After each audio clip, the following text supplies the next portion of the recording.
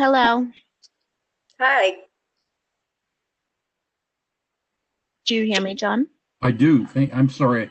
Sorry, Okay. I didn't acknowledge you. Yes, I do. No, it's okay. I'm finishing what is hopefully the last few bites of dinner, so I'll go on video after that. How many sabers, burning torches, and bowling balls does the woman juggle? I don't know. Yeah.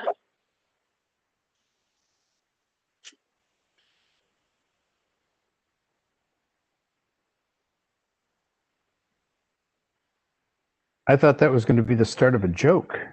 No, it's an image that comes to my mind when I see folks who, and sometimes I throw raw eggs in there and feathers just to make it more difficult.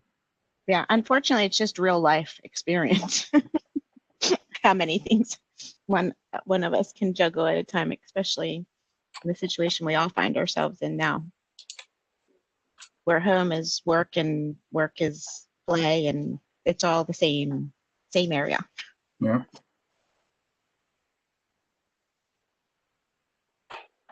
That sounds very Reston-y.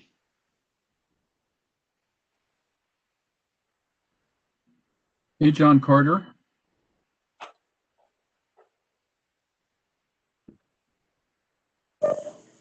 And Mark Malcolm is here. Hi, Mark. Good to see you this evening. I have played a lot more since I stopped working full-time, but I make daily trips on to the YMCA for exercise and other recreation. But so it's caused me to be very much aware of trails, bicycle ways, and other things that I've become very familiar with in Reston over the past number of months, more so than I ever dreamed.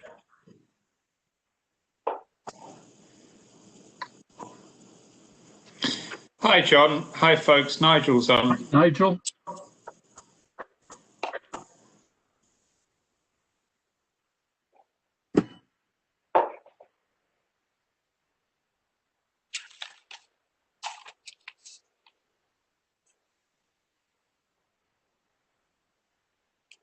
So we have one known excused working group member, and that is David Gill. He's not feeling well.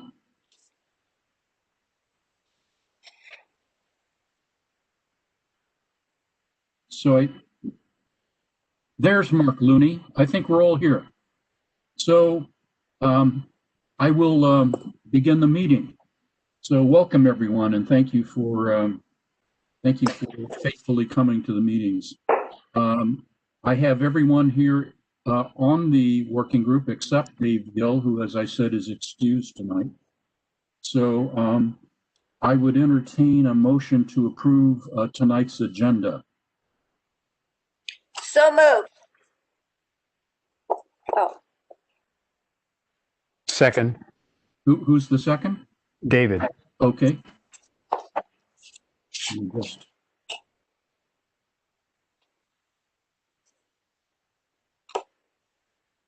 All in favor, please say aye, or anyone opposed say no. that's easier. I'll take that as unanimous. Thank you. And again, a motion would be appreciated to approve the minutes of our December 1st meeting. I make that motion, John. Thank you, Gary. Approve the minutes. Is there a second? Second. Okay, thank you, Jan. Anyone opposed? Okay, thank you very much. So item number 4 is a report from a subgroup that I think you're all aware that I thought of, unfortunately, only after the meeting, and it is of the transportation professionals in our midst. So from Fairfax County, John King and Mike Garcia, and from RA's MTAC, Scott Leary and Nigel Astle, and chaired by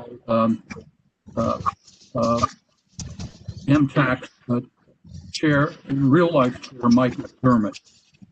And these guys worked very hard over a period of just over 10 days, I think. And so what I'm going to ask Mike to do is to facilitate their report to us. Hopefully you all got a copy that I apologize that we were able to get it out only this morning. What are you referring to, John? I'm not sure what document you're talking about. Okay, it is draft transportation connectivity principles. So just as we discussed principles for the entire comp plan, so we discussed here. I asked them to come up with as transportation professionals with the best cutting edge principles that they thought should guide us in our work. Jose, can you put that document on the screen? I should have asked you that before. Yeah, let me give me 1 second. I can pull it up right now. And as doing that, Mike, would you do the introduction and kind of facilitate the discussion here?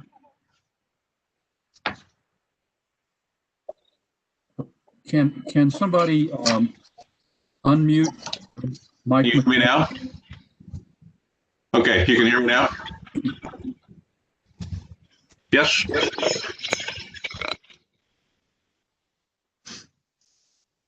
Okay,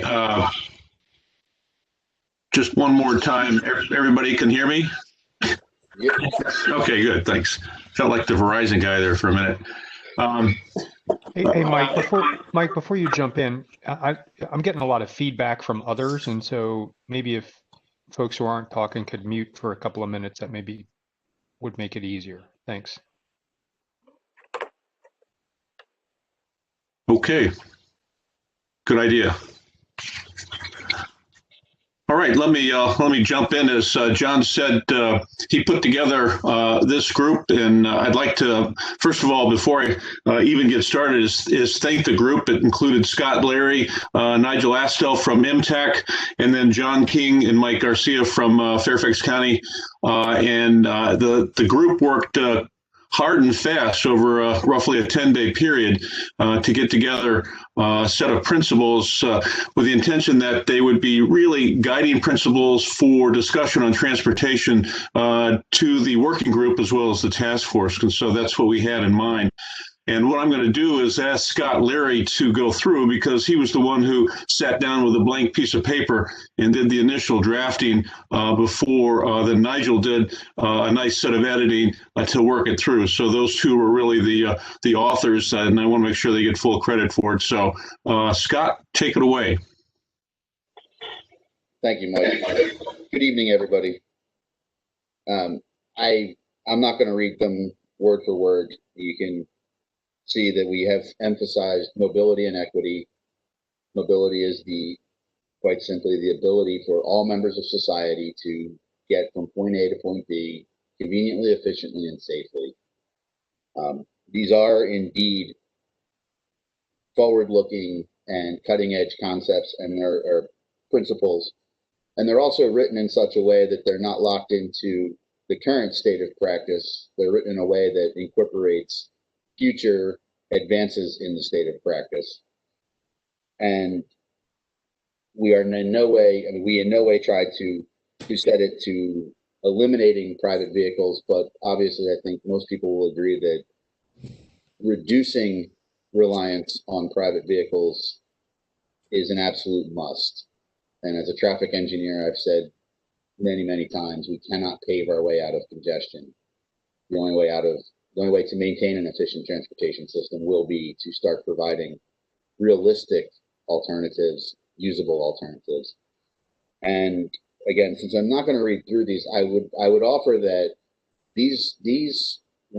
we have attempted to provide you the prism through which you can look at transportation issues as you move forward with your work as a working group, and when you get back to the larger task force.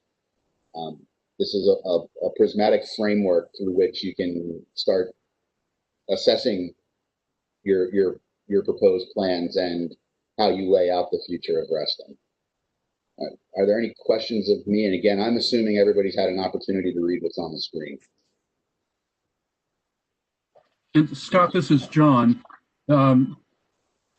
Thank you for that introduction and for your sensitivity in not reading through it. However, because we got it out only mid-morning or even a bit later, not everyone may have had a chance to read it, and it may be hard to read on screen. I will read it then. So do you want to, can you make it slightly larger? Or would people like Scott to read through it? There we go. Why don't we give everybody a few minutes to read it? Because again, we were able to get it to you only this morning.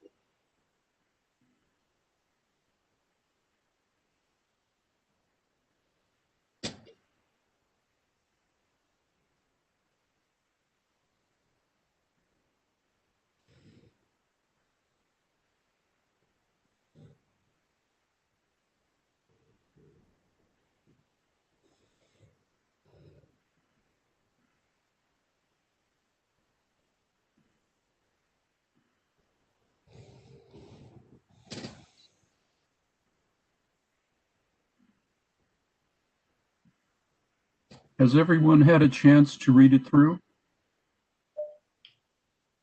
Yes. Is anyone still needing time to read a bit more here? It doesn't take long to read it. It may take longer to understand what's there and what's not. Okay. So, and that's true, and we're not called upon to approve it tonight. It will be part of the final document that we approve, but I would like us to explore, to be able to explore this document, at least so that the subgroup can answer questions now and see if you see any modifications required.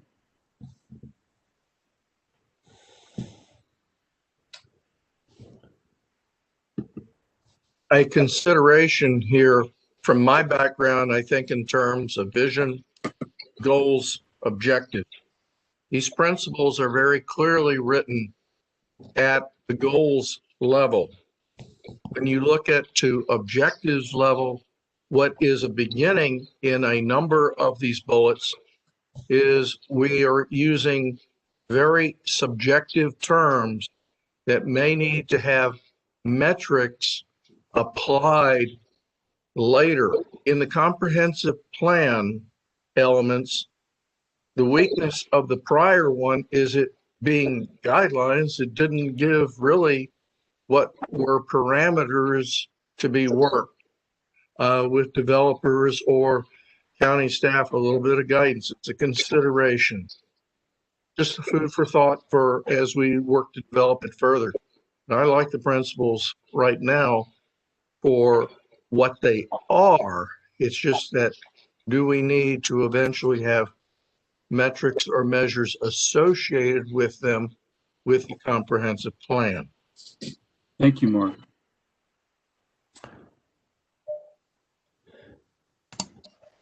I have two suggestions. Can you hear me? Yes, John. The last bullet, I would separate those two concepts out. The future grid of streets, I would say something about what you're trying to accomplish with the grid of streets.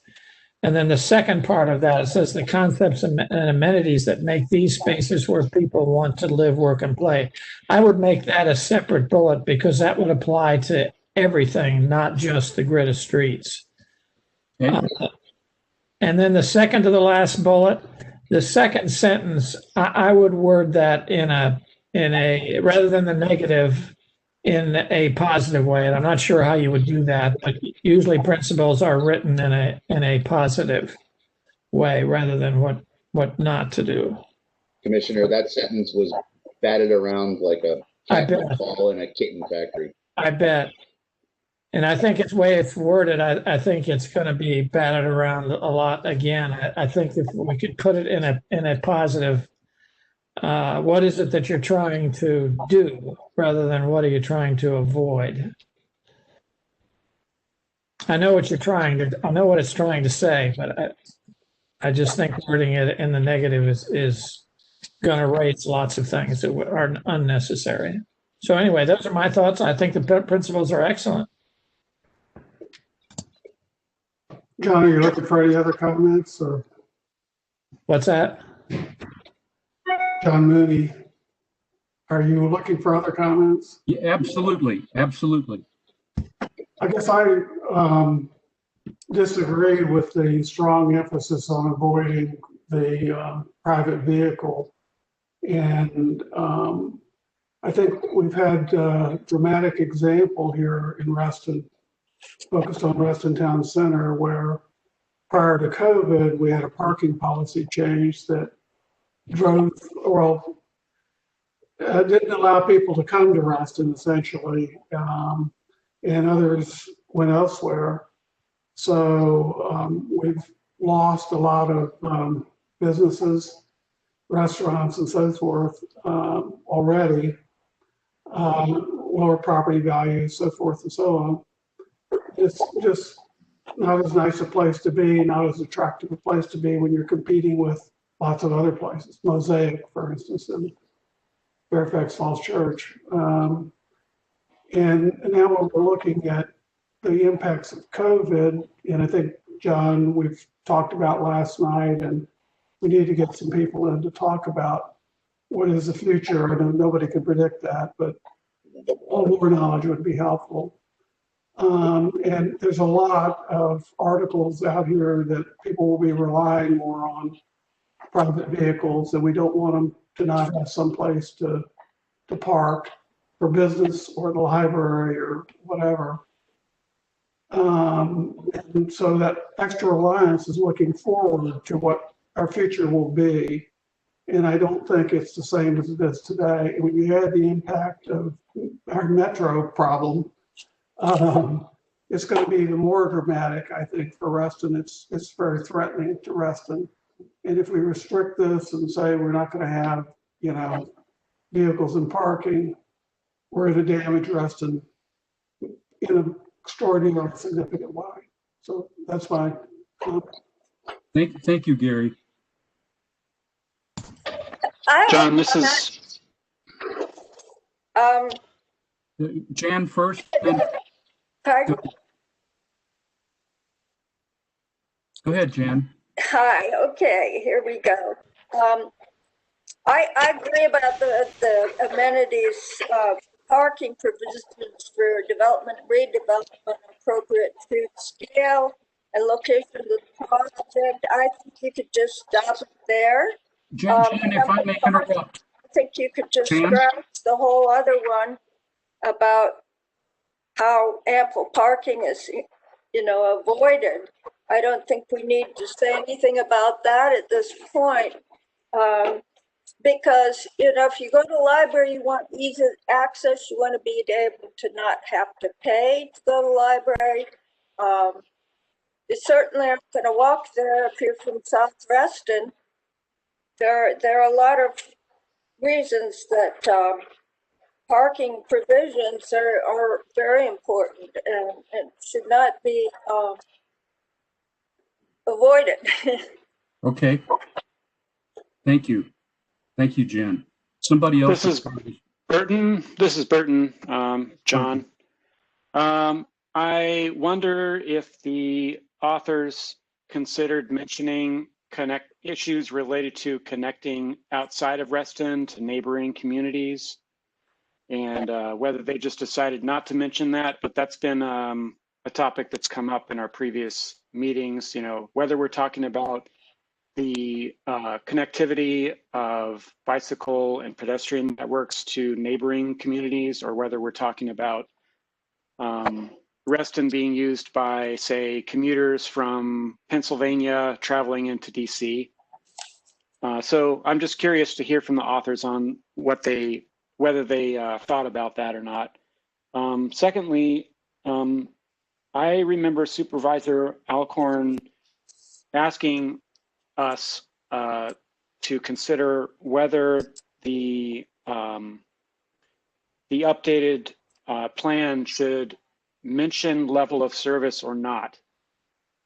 And so I'm curious to hear from the authors about that issue too. And then on the parking, I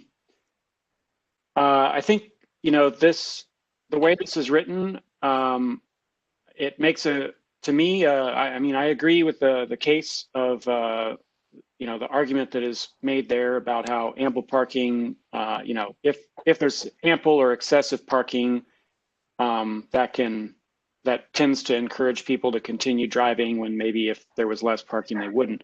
But another thing that parking does is it creates distance between destinations. So, if there's a giant parking lot there, that's a store or a restaurant or a community center or a clinic or whatever that is not there because it's taken up with parking.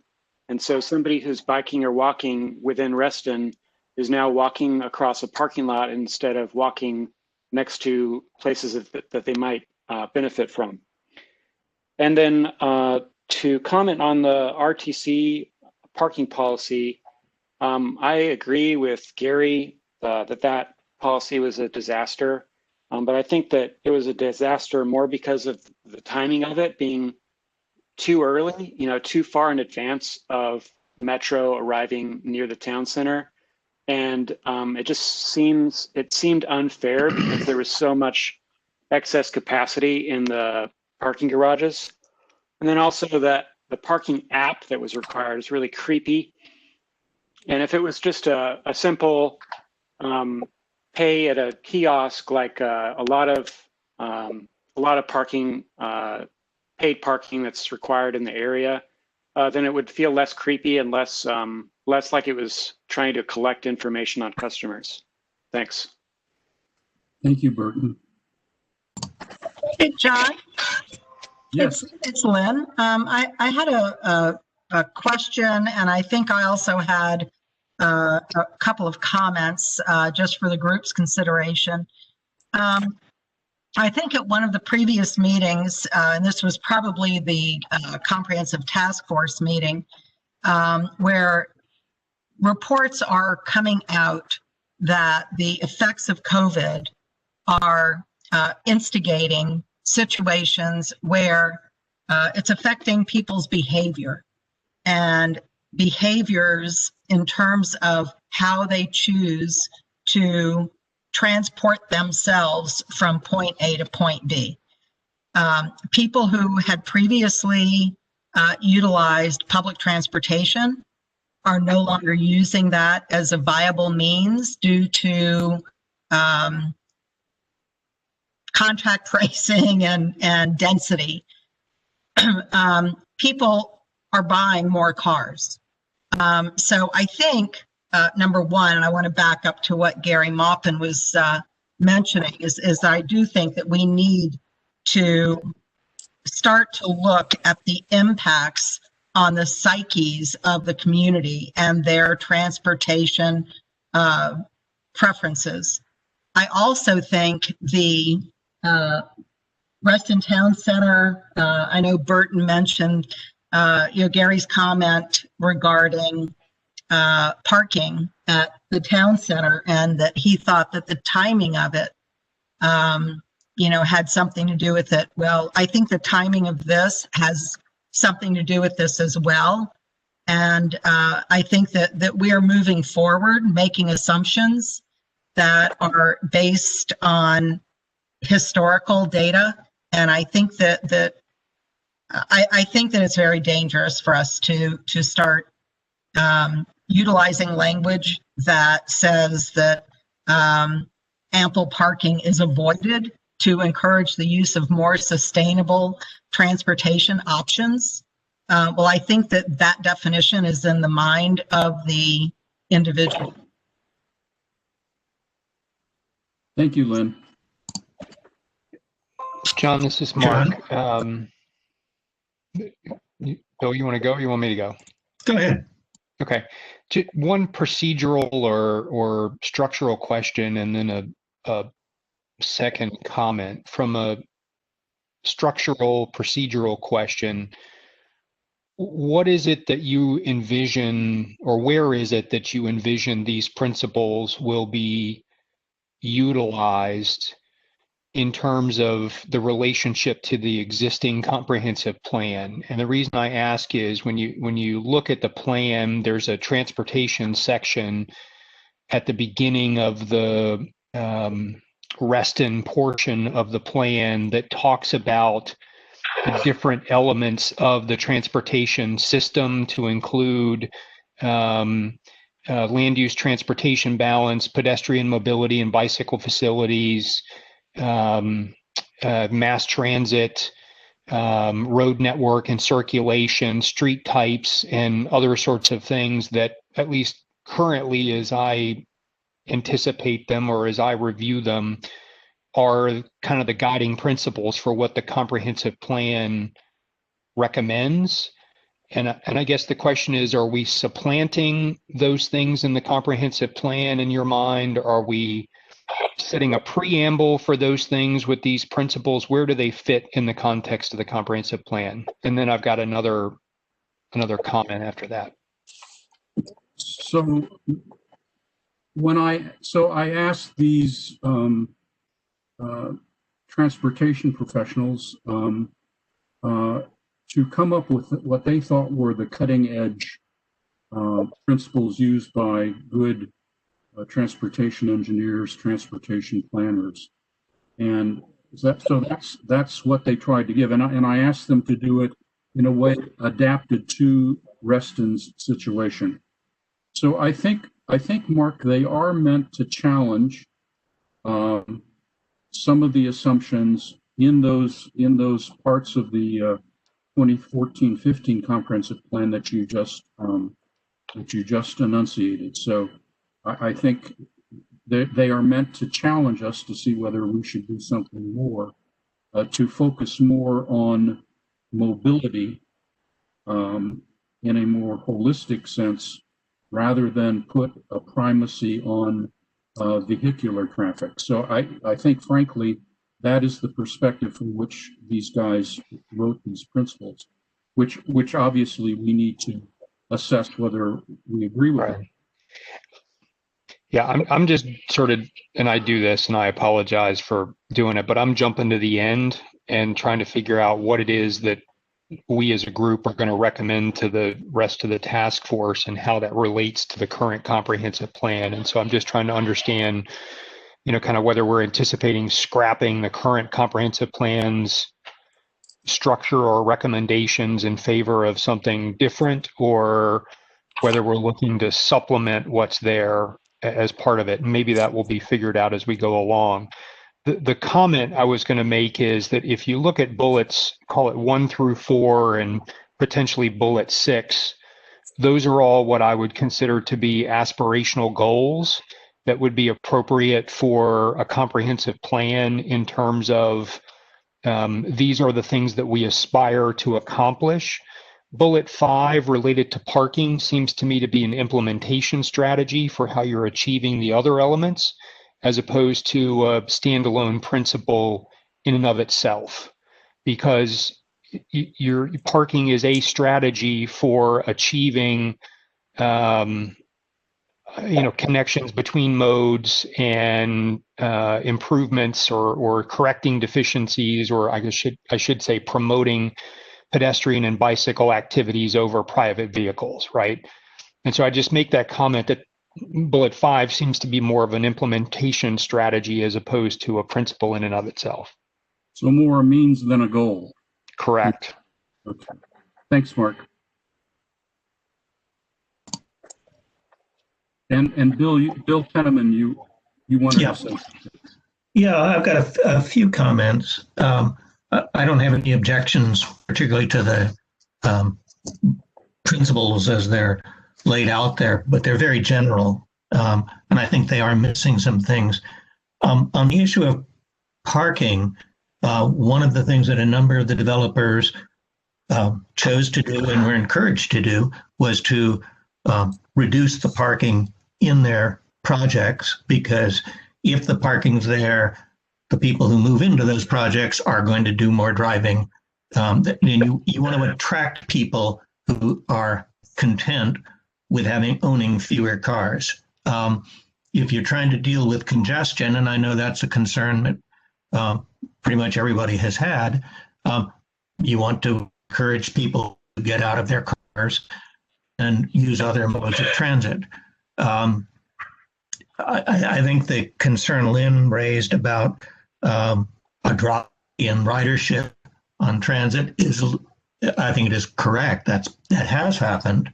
And presumably after vaccines have been spread around, and certainly by the time any of buildings get constructed under a new comprehensive plan, that will hopefully have gone away, because people will be content to get back in.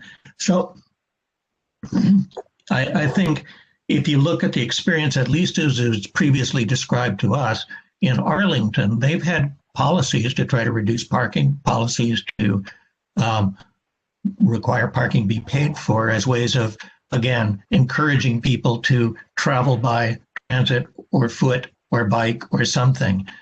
And that seems to have worked pretty well in their main corridor along the subway line. So the things I would suggest perhaps adding is to specifically refer to convenient transit options, to refer to the need for multiple or an increased number and both pedestrian and driver and bicycle friendly crossings of the toll road, because that is one of the transportation constraints that we have. Encouraging people to get out of their cars is, we have to do it. Not only can you not pave your way to solve the problem, we don't want to pave our way to solve that problem of more and more cars.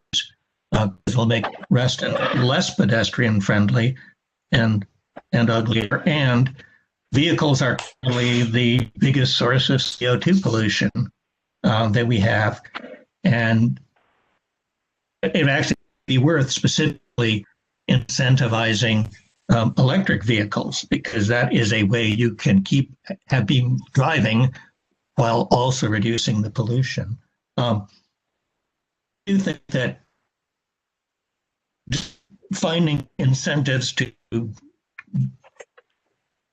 encourage people to use other means of traffic, and by the way, one of those may not be thought of as a transportation method, concentrating development in transit, the TSAs, transit-oriented development where people are living close to where they can shop, can eat, can work, is one of the most effective ways to mitigate the transportation problems. So I would try to find a way to incorporate those principles, without diminishing what's in here already. Thank you, Bill. I just wanted to add one thing, and that is that when you have developers not have enough parking places, people are still working, they're still having deadlines. They have to be at work on time. Now, I've known people who do take public transportation, and they take bus after bus after bus, and it takes them so much time to get to work, so much time to get home. Also, the cost of it adds up. When you ride share, that definitely is a great solution. But nevertheless, people need to get to work on time, and if it's easier for them to do that by jumping in a car and leaving at a certain time and getting to work on time and saving their job, I think that that's what they should do. You should be able to have a vehicle to do it with. It's just my comment. Thank you, John. That's why I emphasize the transit options have to be convenient. The walking options have to be convenient, because if they're not, I agree with you, people will drive, and then everybody, all the rest of us will complain about congestion. So let's find a way so they can get to work on time and move conveniently without contributing so much to congestion. Encouraging people to work at home, for heaven's sakes, but that may not be technically a transportation issue. John, if I could, this is David Vanell. If I could add to this conversation, I'm all in favor of providing an ample amount of parking, and I'm also all in favor of having sat on the P&Z for some time. I'm also all in favor of pushing the developers to the closer they get to the TSAs, the less they provide parking, even below the current or evolving standards with Fairfax County. The fact of the matter is that because of where Reston is and what kind of a metro system we have and how far it's been developed, we are going to have at least people from the West driving into Reston to do whatever they're going to do in Reston. I would bet that few people from Arlington take the subway out here to do something at Town Center. My guess is they drive also.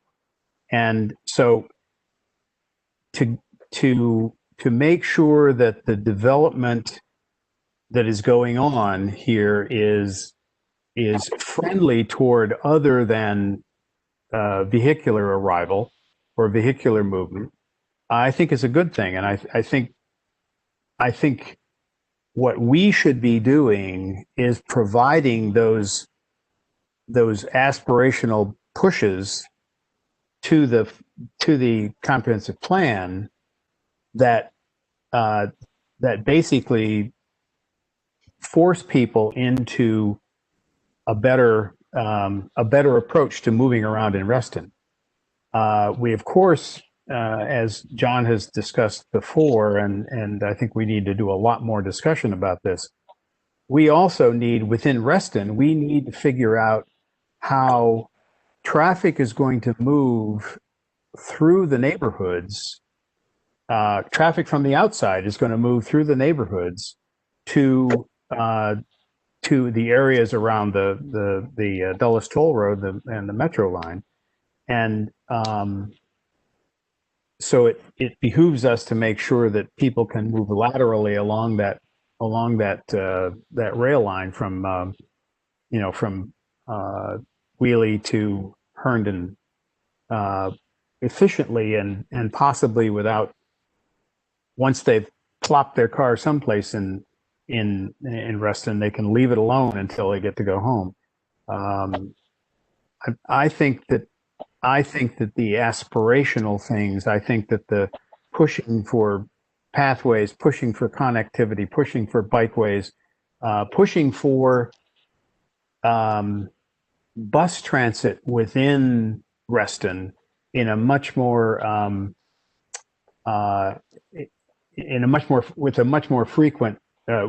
frequency gets us along the road to where we want to go. This is not something that any of this is going to happen tomorrow or even next year.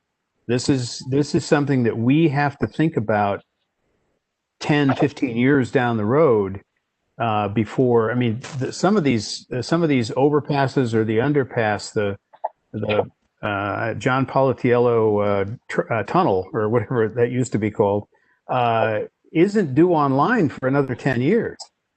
And so we've got to do something in this document, not this document, but something toward the comprehensive plan that pushes the county and pushes the developers to bring us at some point to a better cohesive transportation, internal bus system or internal bike system or internal pathway system that we can get rid of the cars. Not get rid of the cars, but at least minimize their movement inside Reston. To which I would add, if there's a way of shaping the paths of people who travel through Reston and give them alternatives so they are not as many are driving through Reston, that would also help to address our congestion problems. You can concentrate them on the Fairfax County Parkway rather than Reston Parkway, give them alternatives to driving. That would help all the rest of us. But that's a larger vision than just for Reston by itself. No, and if our TSAs are destinations for people that are coming into Reston from outlying communities, then we do need to have ample parking for those individuals to come into Reston, utilize our restaurants, go to the movies, and maybe hop on Metro and have dinner in Reston, hop on the Metro and go downtown for something, or Tyson's Corner. But I just think that we're being a little short-sighted in trying to eliminate automobiles. Sorry, Jan. Thank you. Sorry, I interrupted you. I was just going to say, relying on Metro and relying on buses and relying on transportation such as that has been difficult for so many people with all of the work that's been on with the metro stations, with the lines, with all the Silver Line is closed this day and the Red Line is closed the next. It's kind of an unreliable, totally unreliable. It's a gift. It's wonderful when it's working, but to rely totally on that to get you to work on time, you need to really plan and do your homework on that. And the same is true with buses. Buses aren't always reliable. Buses break down.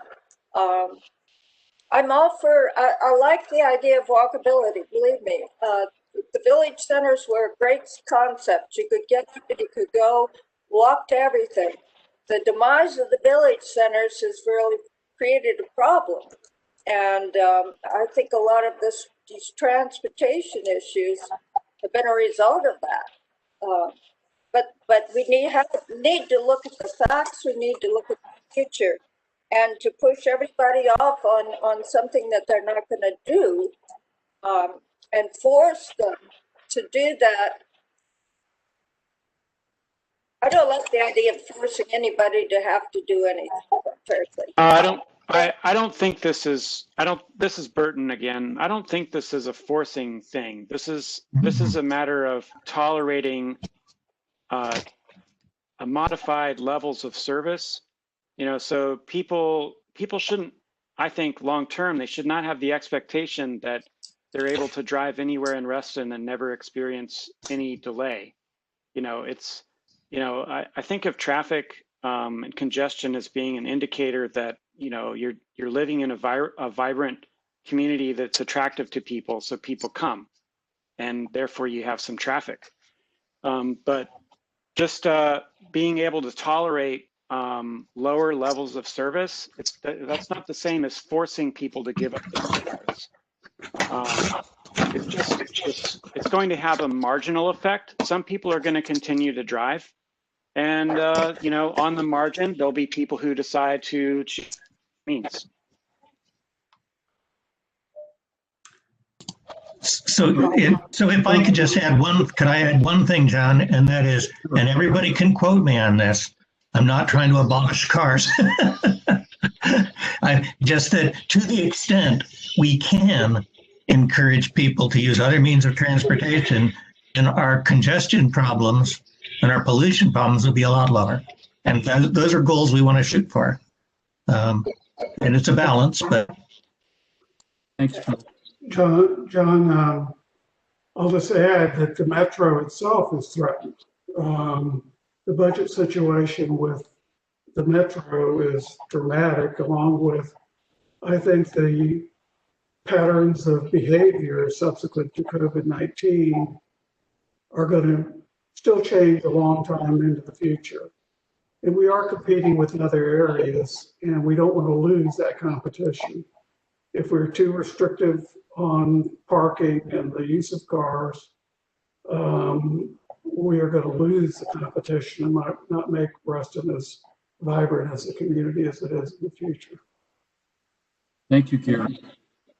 This is Burton again. Sorry. I think also, you know, we're headed into a climate crisis, and these transportation principles that we're talking about are a way for us to sort of take moral responsibility for what we as a community are doing about that. I mean, I don't know that it's going to make that much of a difference, but, you know, 50 years from now, I hope we can be proud of what we decided to do here, and didn't think of ourselves as we look back as being part of the problem that caused major, you know, worldwide suffering.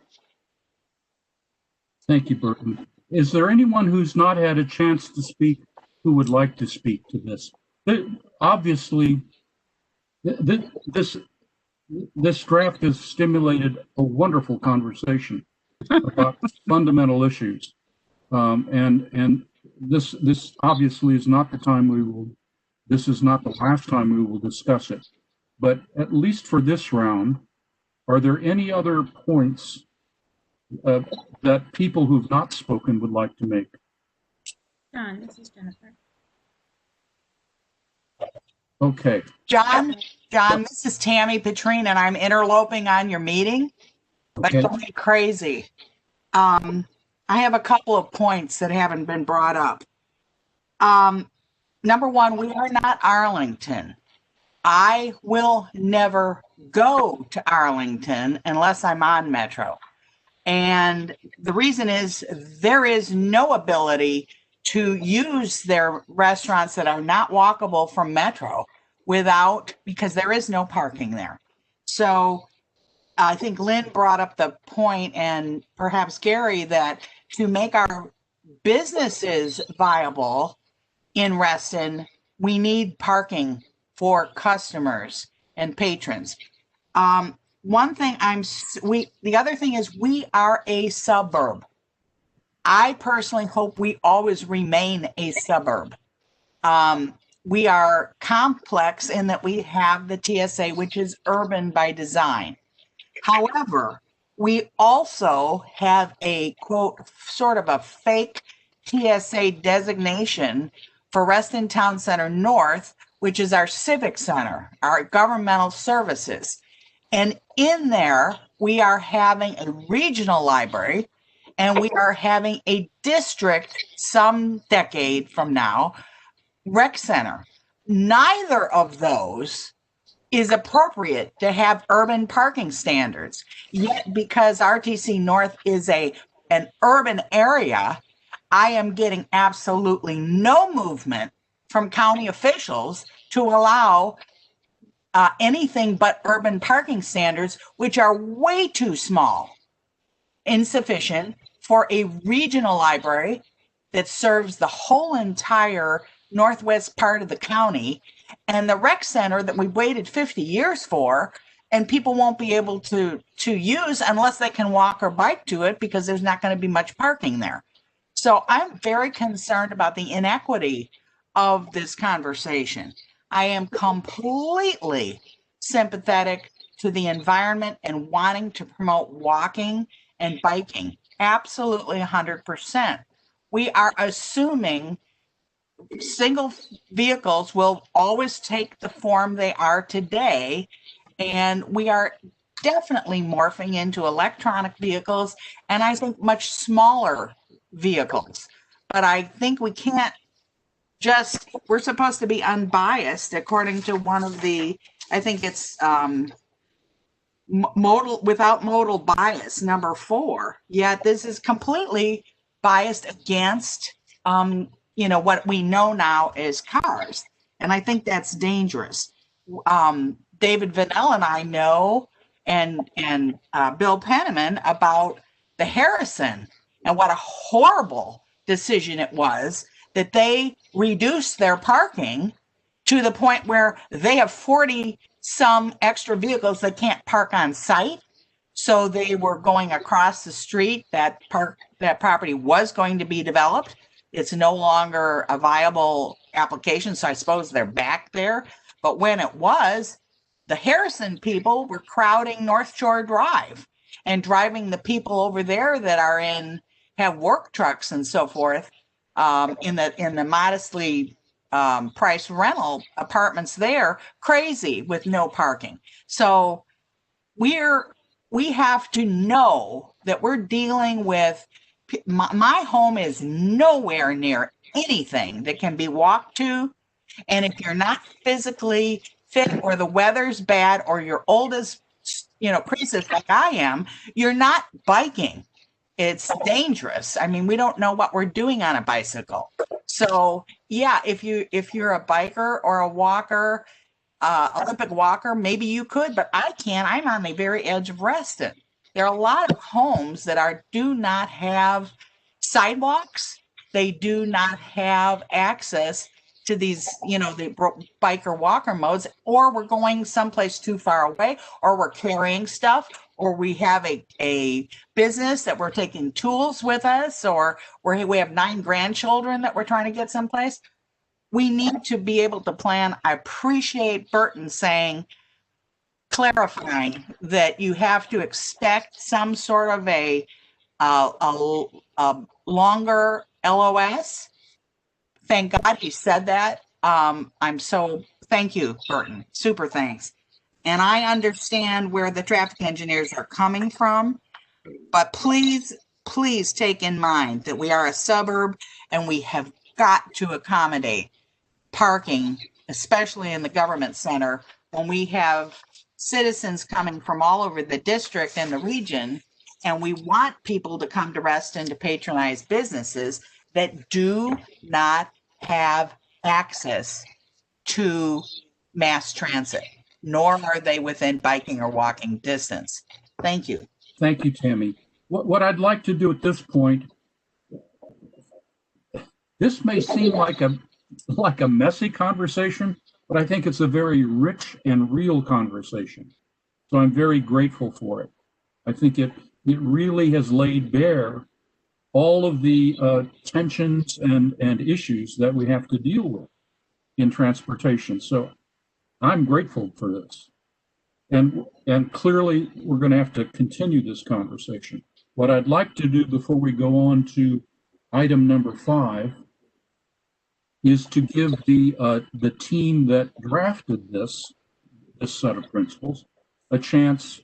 Let's say 10 to 15 minutes to respond to some of the main points. Is that a fair way, Mike? Mike McDermott? John, this is Jennifer. Yes, Jennifer. I'm sorry, but I kept waving my hand, and I haven't had a chance. And I want to make points that we haven't made before, and I'll go fast. Absolutely. I'd like to encourage that small group to kind of go back and look at the pieces that have certainly created contention among and discussion among this group. And I think that those 2 areas really are the, encourage a reduced reliance on private vehicles, and that ample parking is avoided, to encourage sustainable transportation options. One of the things as we get into the next iteration or next objective here is I took some of the feedback from the emails that were circulated and incorporated into the document. that we started last time. And two questions really arose from that. And one of them I think is being addressed here. So I'd like to see the group, consider language more related to, are there, making sure that we size or create transportation options related to the particular areas within Reston. We were mostly a PRC before. We now have these other areas. The village centers were certainly separate before, but we have the TSA areas, and maybe the balance that we can find here is that we create the transportation options that fit within each of the areas that we have now in Reston. The other thing I'd like to kind of just point out is that the new ZMOD rules that are going to go before the Board of Supervisors in January through March, have new rules about home-based businesses and things like that, and they're actually requiring parking. And it's a way to create affordable housing, and they have many reasons they're doing it, but we need to look outside of our thoughts to other documents that are in play right now. And then the other thing I think is important to consider is the TSA areas. A lot of the horses out of the gate on those. We have a big portion of those plans that have been approved, and they might not be developed. We might not see them right now, but those plans are approved and they're done. So we're really looking at what can we affect in the future, and we can't go backwards and affect things that are already planned. So you're really looking at what the Hernan Monroe TSA area is the only one we really have a chance at changing the way that those areas are developed. So those are my comments. Thanks. Thank you, Jennifer. I thank you. So what I'd like to do at this point is give the authors of the principles, and I think clearly we're going to have to keep working on these principles, and the small groups will have to decide whether they can re-up for another round of this, but of work on the principles. But I would like, at least at this point, because they've listened to these comments, some very positive, some with reservations about the principles, to give them a chance to respond briefly to what they've heard thus far. Mike, do you want to coordinate this? Mike McDermott? Go.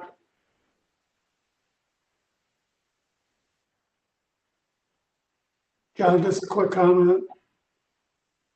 Who's this? It's Gary, just a quick comment. Okay. It looks like most people are agreeing with a lot of this. It just comes down to the parking issue mostly, from what I'm hearing.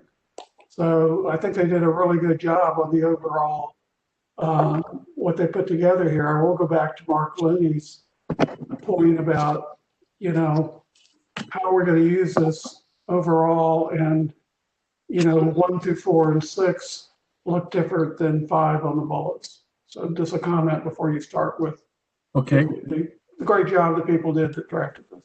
No, certainly many of the principles have been praised, but honest concerns have been raised about some parts of other ones. So thank you, Gary, for pointing out that. Small group, do you have comments? Mike, do you want to coordinate this, or how do you want to do it, Mike?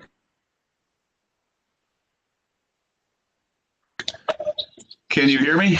Yes. Okay. Let me start, and then I'll ask the team to comment.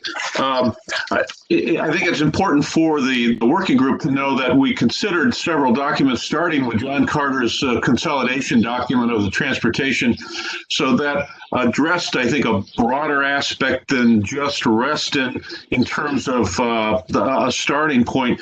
We also, at different iterations, had measurements like LOS, person trips, etc., but we tried to make these higher level principle type statements as opposed to getting into more detail, thinking that the language of the comprehensive plan might touch on those details a little bit more or reference some other document, et cetera. So we did go through those.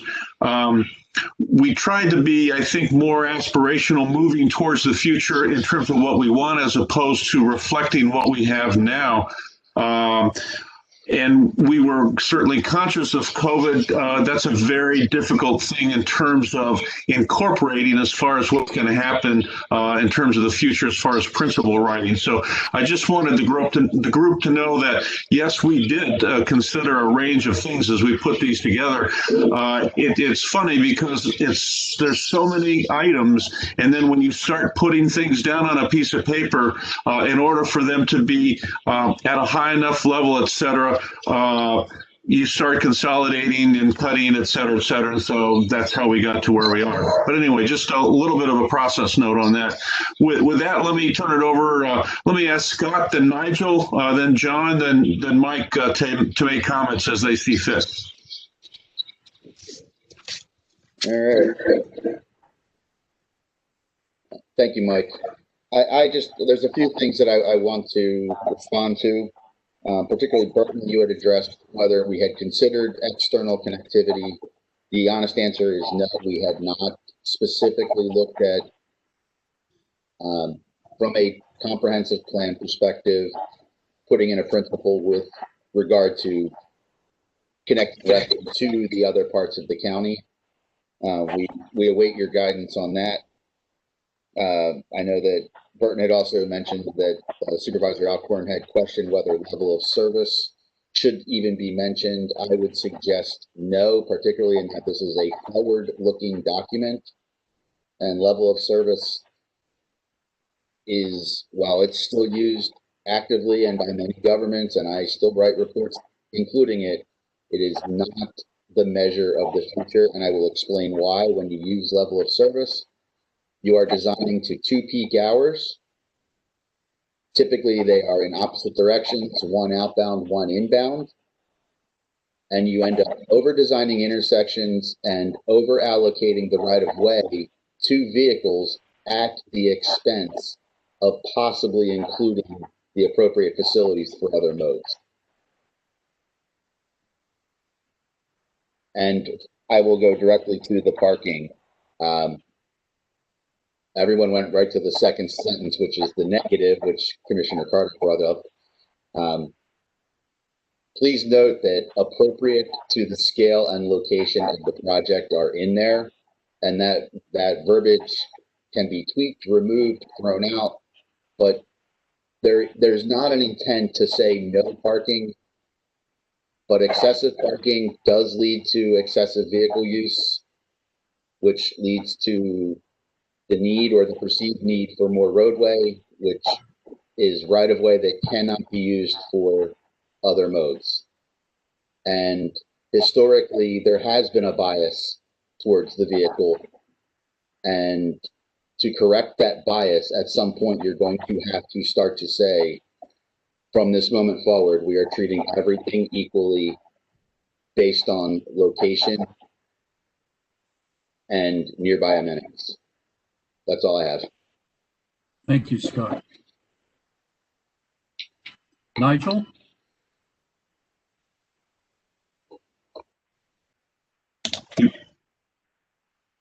You may be muted.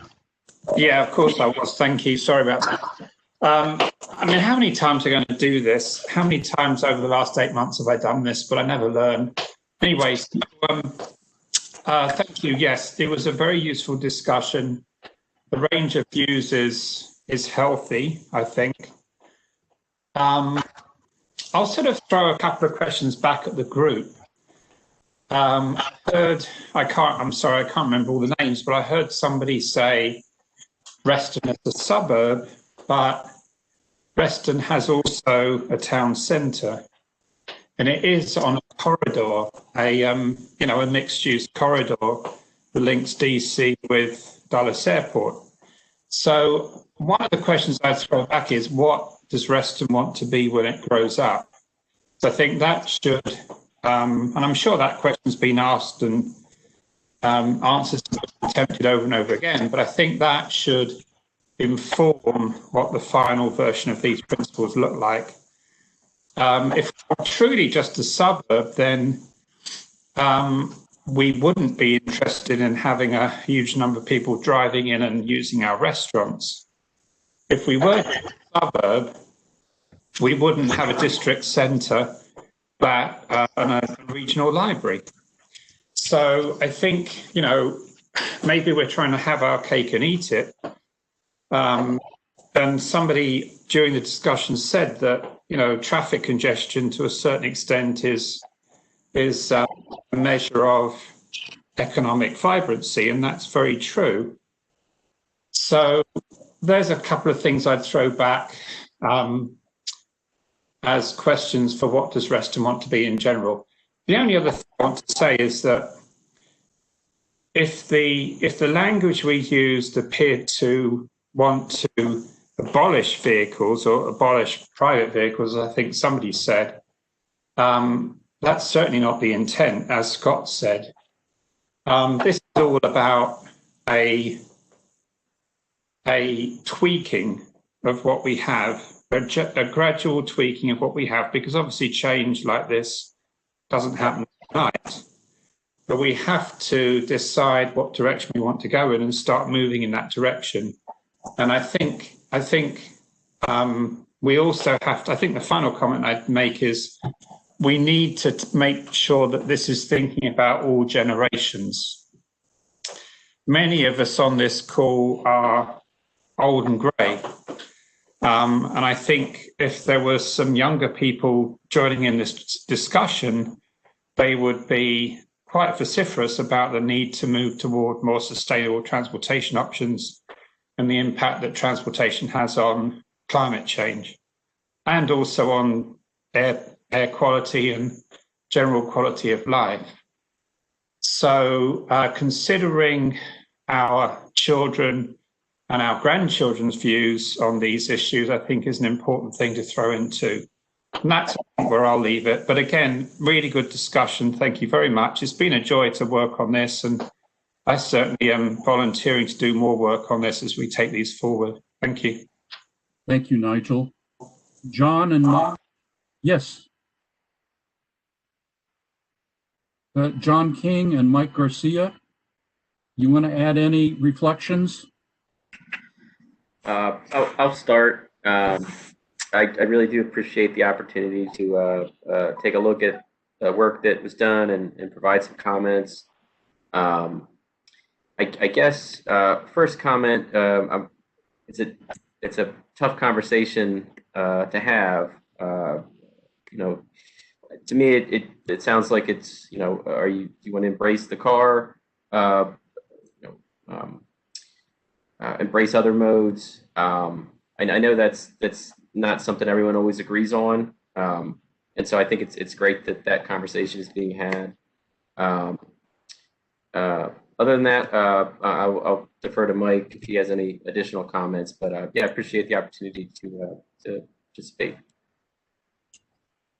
Just want to say a couple of things real quick. One is we see our roles here, both John and I, as kind of assisting the working group and working committee and being able to help you develop the principles, goals, and kind of look at the issues that you all have identified that need to be addressed. So we were looking to kind of be the support for you all. So I just want to kind of make that point clear. The two other things, one is a comment, one is a question really. When there's talk about the parking, I kind of want to turn a little bit and say, it's more about right sizing the parking, but again, it's also about right sizing the parking, not for bikes, for scooters, for cars, by taking into consideration the nearby transportation facilities and land uses. So we really need to make sure that we're accommodating all modes. I think that everyone's thinking of the vehicle, but I think we also need to make sure that we provide it for all modes. And then the final thing that I just want to kind of maybe leave the group with is how do you want to move around Reston, and what do you want that transportation experience to be? So when you're moving it, are you just looking to get from point A to point B? Or are you looking to kind of be part of Reston, kind of experience as a whole, take into account the scenery, the views, the buildings, the nature, everything that exists in Reston? So that's kind of where I wanted to leave it. Thank you, Mike. Okay. John, could I follow on just a bit of a comment on those four presentations? Sure. Over the years, sitting on Planning and Zoning Committee, and I'm sure Mr. Penniman and others can back me up on this.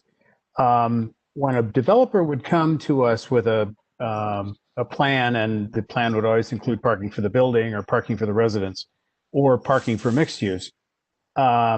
Years ago, it was like pulling teeth to get the developers to dial back the percentage parking. And in the recent couple of years, they've gotten the message, and they are coming to us with a notably reduced, frequently under the county minimums for parking, especially around, of course, around the TSAs. And those folks are not in the business of losing money.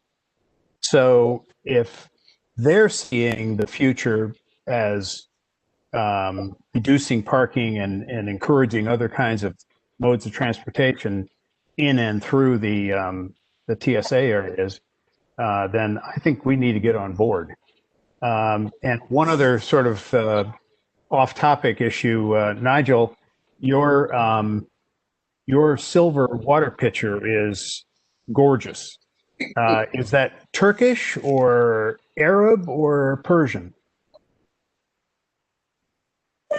Thank you. You're not the first person to have noticed it. I actually bought it in India, but I think it's from. I think it's probably from somewhere like Pakistan or that general direction. I ought to know more about it, but yeah, I bought it in Mumbai. I spent several years in India, and it's a wonderful example. Thank you, David. Just to build on that for a second, what you said. I mean, if you think about it holistically, right? The state and the county and the property owners in Tysons and along the corridor collectively with the federal government are spending $6.5 billion to build the rail line. And the commercial property owners in the corridor are footing the bill for roughly, if I remember correctly, call it $500 million worth of the construction costs of the project.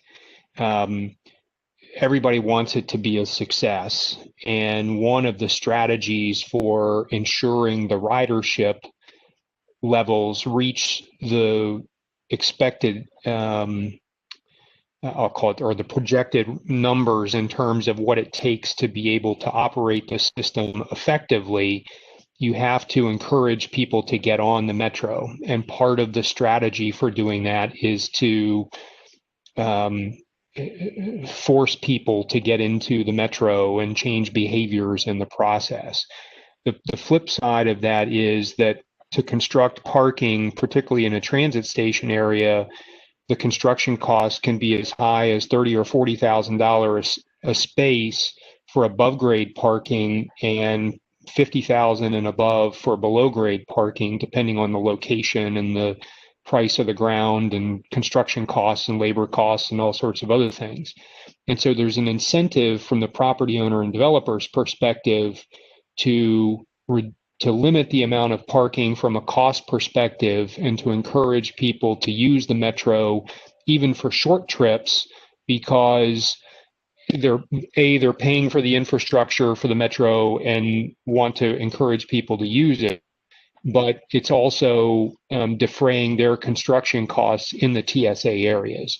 So there's a sort of holistic strategy of how parking folds into a whole host of other strategies that are intended to maximize the ridership of the metro, minimize the number of vehicle trips within the transit station areas. I'm not suggesting that the TSAs are necessarily reducing transportation trips outside of the TSA. but there's an overall objective that everybody's trying to fulfill, and these are decisions that were put in place 20 years ago that we're now trying to navigate and manage. I mean, you know, the decision to put the rail line in the middle of the toll road was made in 2000, not in 2020. And so we're just trying to, you know, kind of figure out how we manage all of this as it's being implemented and as the area is transforming. So I'll get off my soapbox. Thanks, Mark. Okay. Can I have a comment? Go ahead, Gary. I'll just say, I guess I have a little different view than Mark does on that. I think that some people will not want to use the metro and they won't live in Reston. And so we will be shortchanging Reston in its future if we don't have adequate other alternatives in the metro. And I agree. And it's not a one size fits all strategy. There's bus, there's pedestrian, there's bicycle, there's carpooling, there's single auto vehicle trips, right? I mean, it's a whole smattering. No one has suggested that 100% of the trips going forward are going to be by transit or by rail. You're trying to pick up incremental increases in trips. I mean, big picture, right? Fairfax County 20 years ago decided that for the next 40 or 50 years, the growth in population was supposed to occur within transit station areas so that you could protect single family neighborhoods countywide, because they knew that there was going to be growth occurring. And the question was, where was it best positioned? And I understand exactly what Amy is talking about in terms of kind of what does that do to people who have been living in this community for 30, 40 years and predate a lot of these decisions. The reality is that the county as a whole made the decision to invest in transit in all of these areas to be able to absorb the expected population growth without threatening areas beyond the toll road corridor, or I'll say minimizing impacts on areas outside the toll road corridor. And that's the balancing act that was going on in 2001 when the comprehensive plan was first amended. It's what was going on in 2010 to 2014, and it's what's going on now. And there's no silver bullet to any of this stuff. It's a lot of judgment. Thank you, Mark. Why don't we pause for tonight? I have a comment. Okay. Okay, so a couple. I don't like the idea of forcing anyone to do anything. That gives me chills up the spine. The other concern is developers are creating less parking places below the county's allowable limit. Does that mean that developers are dictating to the county what they should do rather than the county dictating to the developers? And the final thing I want to bring up, and this is not related totally to this, in Vienna, in Scotland, for example, they have traffic circles all over the place where you come up and you never have to stop. You just go around a circle, and it's not. There's an example in Vienna. They did it in Vienna near the Vienna Community Center. And it's a great example of these runarounds where you just get on. It's not a total circle thing. You just get on and get off. Works great. Nobody stops. It helps the traffic keep moving. And I just wanted to bring up that may be something that we might want to consider to keep the traffic moving over here in Reston. Thank you. Thank you. Thank you, Jan. Okay, let's wrap this for tonight. Much to think about. I will huddle with Mike McDermott and his little subgroup and see whether they're up to thinking through what they've heard tonight. And but I think this has been such a real conversation about real transportation concerns and the trade-offs and tensions inevitable in dealing with transportation. So I am not discouraged, I am encouraged. And I'm not being a Pollyanna in doing it, because I think had we not had this conversation, it would have been a phony veneer over a lot of inherent tensions that are simply not easily resolved. So thank you all for your honesty and insight. If we may then, I'd like to move to number 5, and that's a continued discussion of our work product number 2. It's the topic outline of transportation connectivity issues for discussion in January by the full task force. At least our goal was to have a conversation at the task force meeting of January the 11th. I will tell you now that we had, our group had agreed that we could meet on January 5th to wrap things up so that the full task force could discuss it on January 11th. As I'll note, there is now a Supervisor Alcorn and his staff are going to be occupied on the 5th with a town hall meeting. So we're going to have to change our January 5th meeting. We'll talk about that later, but the goal was to have, perhaps an overly ambitious goal, was to have a nicely ordered outline of issues for discussion by the full task force on January the 11th.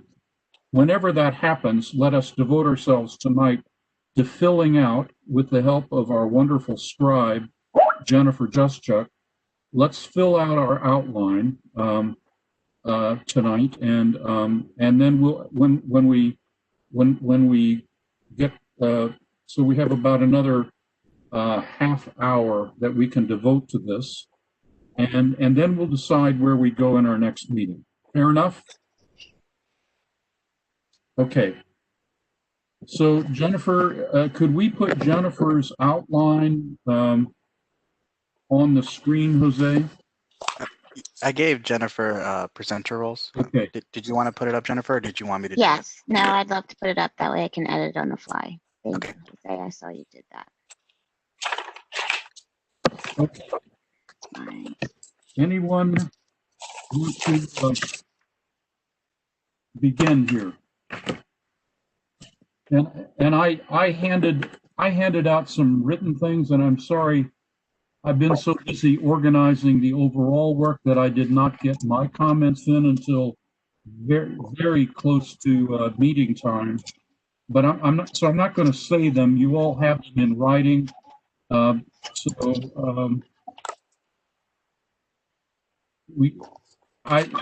people who want to talk their issues, please let me know that you want to be recognized, and Jennifer will record your comments. Could you just tell us the title of this document so we can find it? Okay, thank you. Jennifer, go ahead. Why don't you give your introduction here? Sure. So what I attempted to do is everything that is in black is exactly where we left last meeting. And then there were some emails that were floating back and forth on the task force's email listserv. And what I attempted to do is to try to summarize them and include them in our outline. So those are what is in red. And then in addition, there were kind of some lingering questions sitting out there where there wasn't a specific viewpoint laid out. So I just kind of put those at the top of the facilities section. So you'll see that those two questions were the one I brought up earlier, which is, in transportation, where do the different areas within Reston align with the transportation plan, and where do they differentiate? Or even the question of, should they all align, or should we differentiate those? And then the second one, which also came up at the discussion, is how much should this plan influence behavior changes within the Reston community?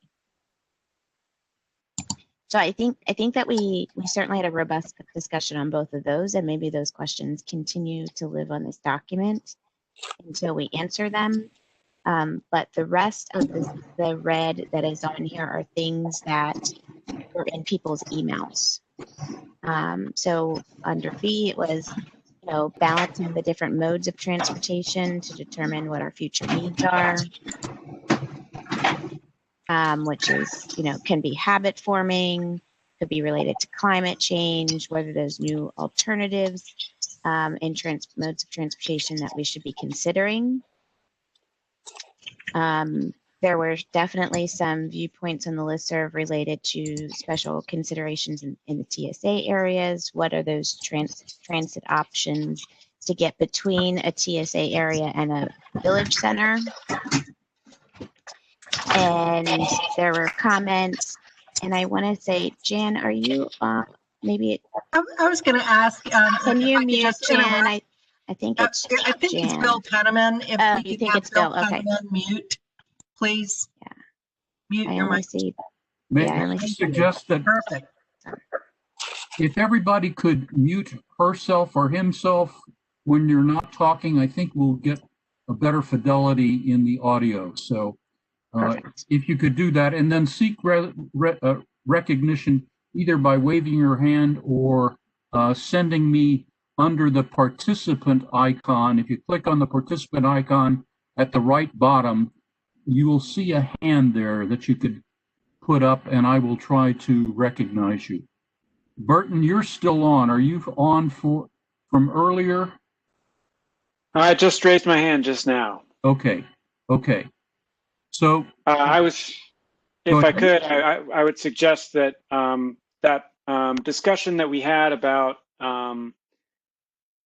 connectivity through Reston, around Reston, from outlying areas or neighboring communities, that something about that might fit well underneath the roads bullet point. And then that should also be covered maybe under the bikeways and the sidewalks and the trails bullet point either. Now, I'm not sure, maybe it makes sense to have it as its own Yeah, that's what I was thinking category, too. but just so it's captured somewhere. Yeah. Thanks.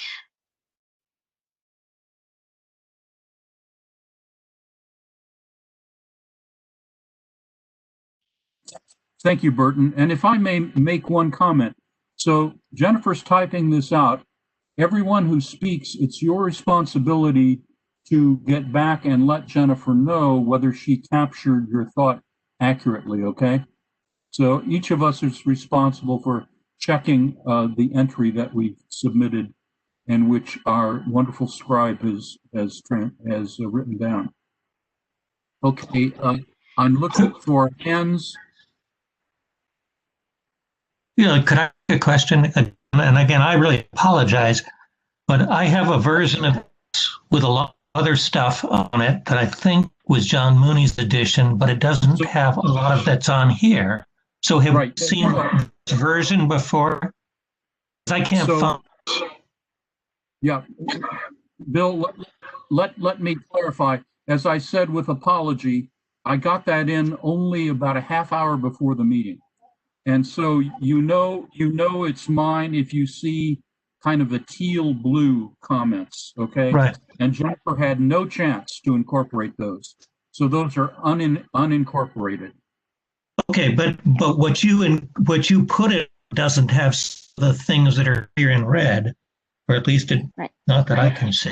That's right, because I began this before Jennifer completed her editing of the original document. So I will take John Mooney's. I will take John Mooney's and make sure it's incorporated into this document. That's okay. I just was trying to understand, do I have this one that's here? I find it a lot easier to work if I have a piece of paper in front of me and then trying to read it on the fly on the screen. I don't think I've seen it. No, but no, you do not. I did not send it out because my intention is to make sure that the stuff in red is the intention that you meant in an email that people were sending around. And if it is, I'll turn it to black, which means it's now our document and I will send it back out to the listserv via John. But this was my attempt to collect the interim emails that were going back and forth in between our last session and this session. Okay, thank you. That's all. So if you were one of the people that had the email and I did not capture your sentiments correctly, just tell me what to write instead. So I think that we covered kind of the balancing the modes of transportation that had gone back and forth via email. The special TSA considerations were in a few different emails, and those seem to be the transportation back and forth between the TSA and the village centers. And then TDM came up, which I'm assuming everyone in this call knows what TDM is. If you do not, I'm sure there's a few of us that could tell you what it means. And then incentives and disincentives that are different and special in the TSA areas. There was a theme of, what are those recent COVID effects? Those have come up even earlier in discussion tonight, and how do we get information that helps inform the future plan on those? And now we have added that connectivity from outside of Reston, and how does that affect, our plans on all of these major items down here? Then some of them actually fit into the outline we had before, which is within bikeways. Someone mentioned that we should review the Fairfax County Bicycle Master Plan goals in that section. Under parking, we should make considerations of cost factors, short-term parking needs, EV charging needs. There was certainly some discussion on should bus systems or van systems be another major component in our outline. The grid of streets, it was mentioned that we need to extend that into the TOD areas. And then this one I'm going to get rid of because I had sent this document to John to circulate, and I said to add the Fairfax County TOT notes before he sent it to the listserv, which he did in the last iteration. I just didn't delete that. So those were the things that I captured from in between our last meeting and this meeting. Does those of you who wrote those, do you think that I summarized them with the intent that you had? Because some of it was long, and yeah, I tried to summarize it. Yeah, this is Burton, and I think to me, like the way this is expressed in a bullet point is more, to me, it serves as like a reminder of what topics should be considered, but it doesn't really get into a particular position. So as long as it prompts us to recall what we meant to discuss, then I think it works. It works for me, and I hope it works for the other members. Yes, that was definitely my intent, is that someone's personal viewpoints on the listserv were important to capture what they wanted to discuss, but not the true viewpoint, because once we get into the details of each of these, then the team can come up with what that viewpoint turns into as far as real language.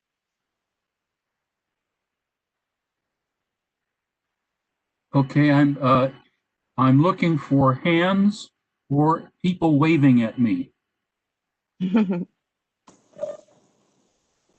John? Yes. Okay. I didn't see the whole, I saw it, but it's not in front of us, the whole outline. There's really only 4 things you can do in transportation. Only 4. Number 1 is outside transportation. You can affect the land use. Less, more, you can affect the mix. Number 2, you can affect the facilities, bikes, roads. Number 3 is the management, how you manage it. And number 4 is the placemaking. Those are the 4 things. And so I would make those the 4, well, I guess since it's transportation sector, the 3 titles everything goes under that. One thing we're missing, we missed it in the principles, and I think we're missing it here. Most of our transportation work is going to be in the neighborhoods. The TSAs are almost spoken for, so we should make sure, and that this was a problem when looking at the existing transportation and how it's written. It's written in two sections, one for the neighborhoods and one for the transit station. So our challenge is whether we want to put those together. So we tend to work more on the transit stations areas, I guess. And then Jennifer, if you could go to the top, I'll just suggest some simple things.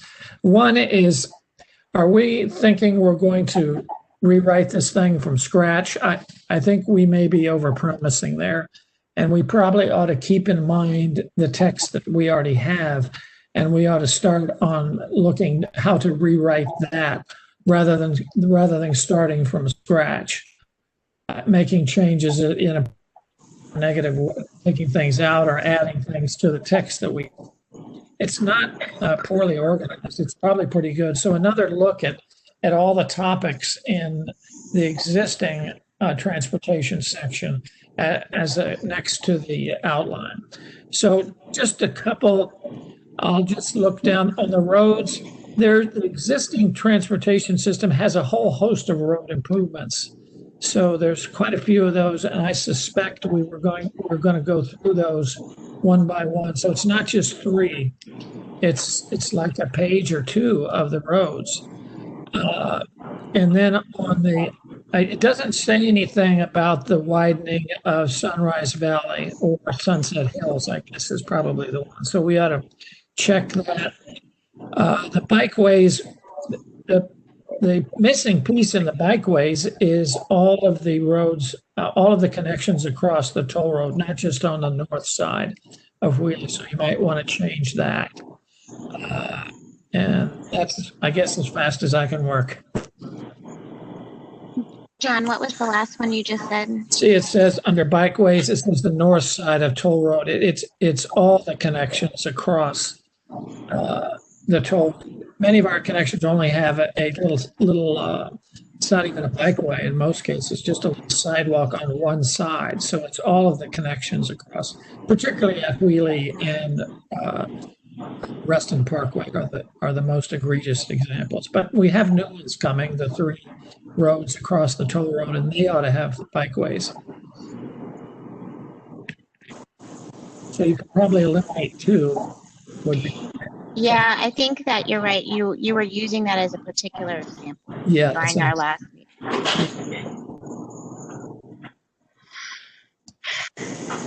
You have the design, which is the placemaking, and I would keep that as a topic, because how you design these things is just as important as the facility itself. Placemaking. I think we have that one down here, right? Yes, you do. Yeah. Yeah. I also kind of view that, John, as you were saying, the roads, bikeways, trail systems, that these red points up here, these will all go away and somehow get incorporated into, roads, bikeways, trail systems. I just don't know where they go right now. Yeah, once we answer probably better to keep them the way you have them. Mm-hmm. So I guess I'd love to be able to turn everything black so that we can now add to the document during the meeting, and I can be able to show you what was added during this meeting. Is everyone in agreement with the things that I changed in between meetings? Can I turn those to black text? Are they keepers? I mean, if it's just an outline of topics, I guess I don't have any objections. I may have objections to some of the ideas. Right, absolutely. But I would note, could I just comment that on terms of roads, it says 3 major roads and getting across the toll road. I'm not sure if there are going to be more than 3 roads to get across the toll road, because we have 3 more crossings, 2 of which are at least realistically planned. So I don't know how you want to word that. let me ask this. So F1. besides the grid of streets and a number of intersection improvements, major intersection improvements, there are 10, quote, roadway projects, which are the big ones, including the three new proposed crossings of the toll road. Would it be helpful at some time? So those are, at least the 10 roadway projects are mentioned both in the comp plan, also in the Reston network analysis final report, and also in that spreadsheet called Reston Funding Plan Draft Cash Flow from 2018. Would it be helpful to have that explained to us briefly at one of our meetings? Would that be useful? Or not? Or is everyone acquainted with it well enough? Yeah, I think we that'd should be a look good at the idea. text. We need to look at the text and see what it says and bring your ideas to the meeting. Yep. So okay. we'll arrange for a presentation on that. Okay. That's great. I'm a fan. Okay, so I'm going to make a motion to change all of the things on this document from red to black because we are accepting the changes that were made in between meetings. Hold on, there's one thing, Jennifer. Yes. It's, let's see, it's H2. Mm-hmm. That should be sidewalk, minor point, but connecting trails to the sidewalk system. Yeah. Okay. I second the motion. Okay. Anyone opposed? May it be so. Good. John, but those don't include the ones from you and John Farrell, correct? Right now, it does not. It does not. Yes. If you guys would like to make a motion for me to incorporate those, I'm happy to do that.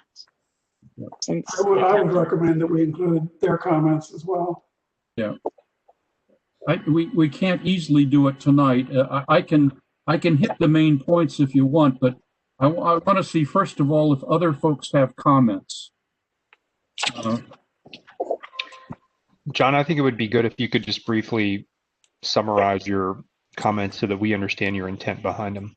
Okay, so I'll go. I started with the introduction and then moved down the body of the outline. I'm, as you know, you've heard me say many times, I'm concerned about what I think is a failure to model, not just monitor, but model the impact on non-TSA Reston intersections, most of them within the PRCs, of two things. One is the traffic, the new TSA densities, which you've heard me talk about before. The other thing is the impact of new densities from within the PRC area of Reston. So, for example, if we total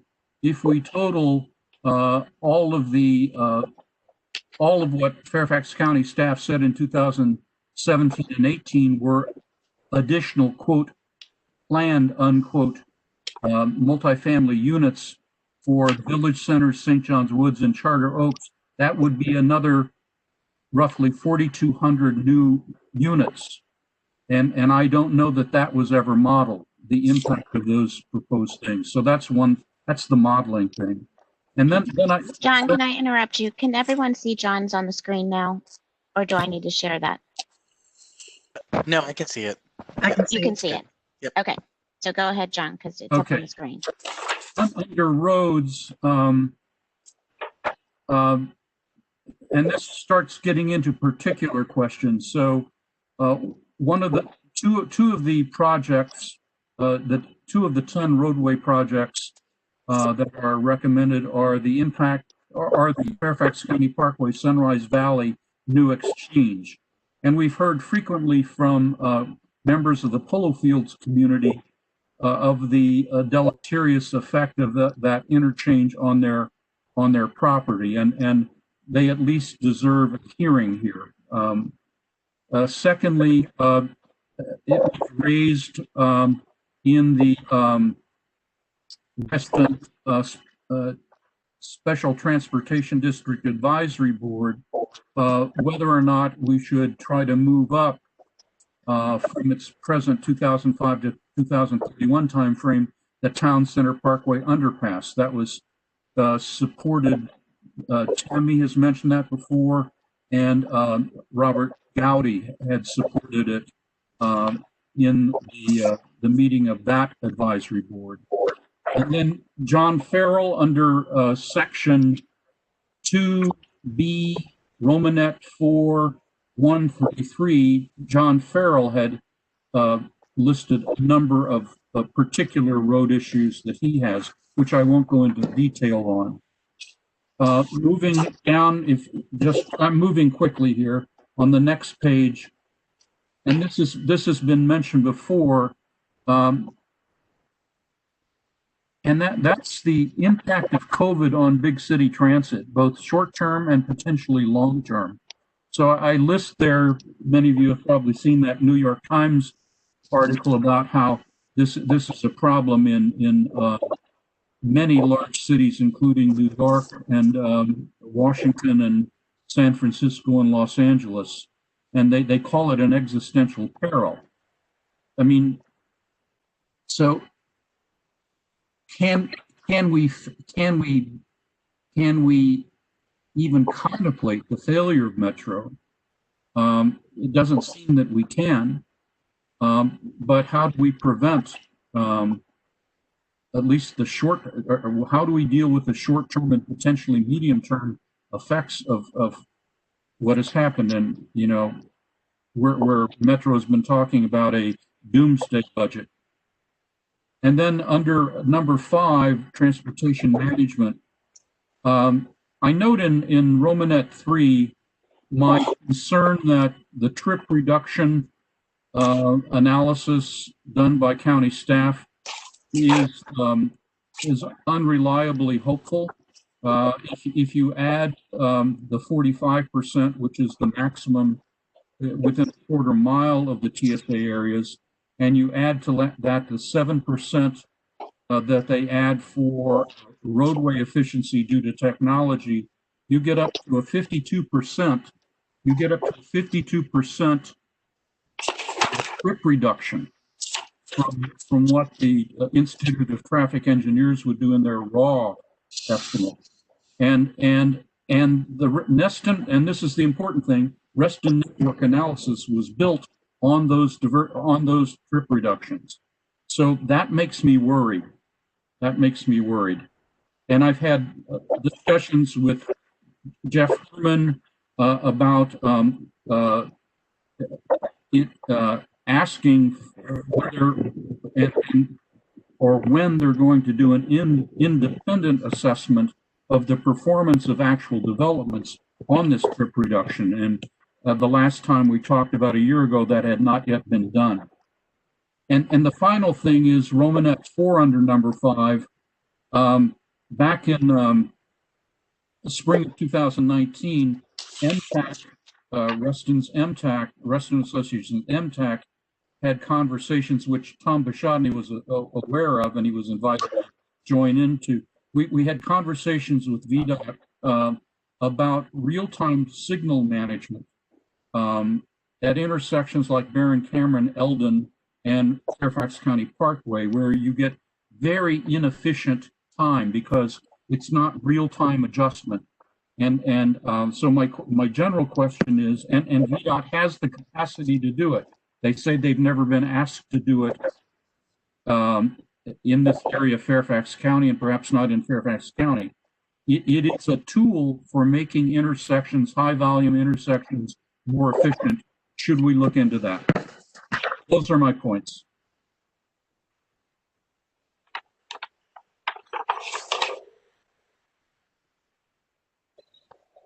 John, just to follow up on that very last point, I've always found it strange and kind of counterintuitive that VDOT, say, for example, on the Fairfax County Parkway or on any major highway, they will double count the main highway and leave people on the cross streets stranded. And it always has seemed much more efficient for them to not do that double count, double time allocation to the main road and not provide a crossover or turns or left turns from the intersecting road. So anyway, that's Yes, it's a very inefficient intersection. Very inefficient. And what we at MTAC were delighted at was how open VDOT was, how open they were was to consider their capacity to do real-time signal management to make it more efficient. We do that in a small way already, despite what Fairfax was telling you. But for emergency vehicles, we have where they can preempt the signal. So that's a little bit different twist to this, but we do it now in Right. Reston and elsewhere. Mr. Chair. Mr. Mooney? Yes, I'm sorry.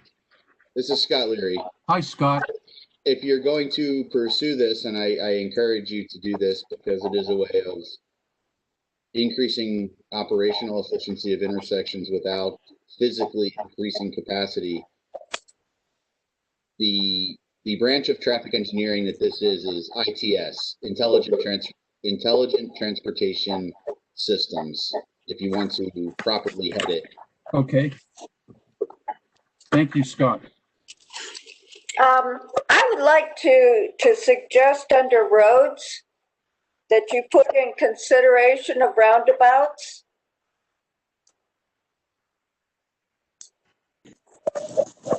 I can add that to our master draft, but does anyone have problems if I incorporate John's document he sent, I don't know, a couple hours ago maybe, into the master document?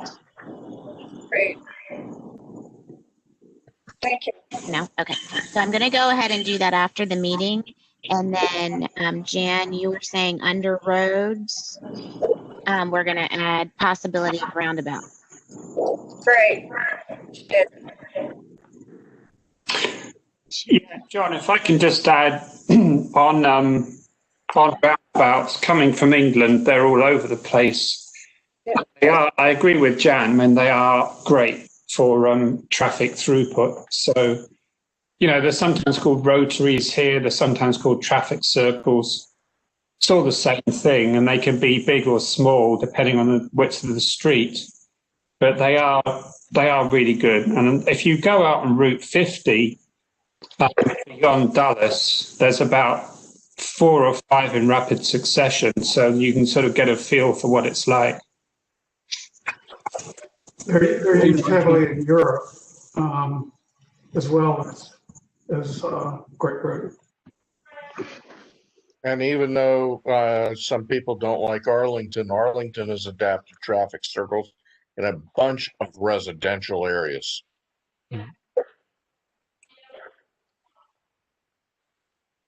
Okay, it's added.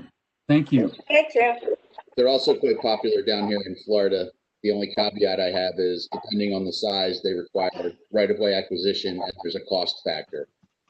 So just for y'all to keep that in mind going forward, that they're great. I love them, but we do have some drawbacks from a money issue and a land issue.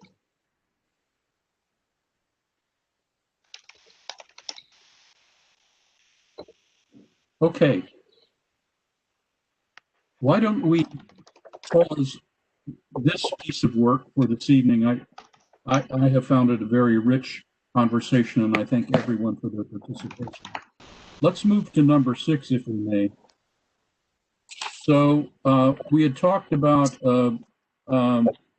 having as a goal either finalizing our issues paper or continuing work on finalizing it, or actually beginning now to draft proposal. We're nowhere ready to do number 6B. So I think our next meeting will be on continuing to finalize the gathering and discussion of issues. Does anyone disagree with that?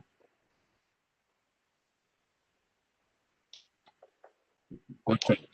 So if we accept that as the work for our next meeting, now we need to find a time to do it. As I said, John, yes. This is Burton.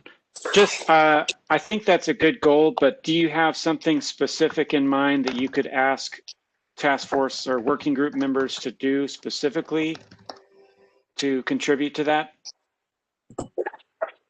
I think first of all so as you pointed out, Burton, what we have is a very brief topic outline. And it does not fully explain what is meant by the topic.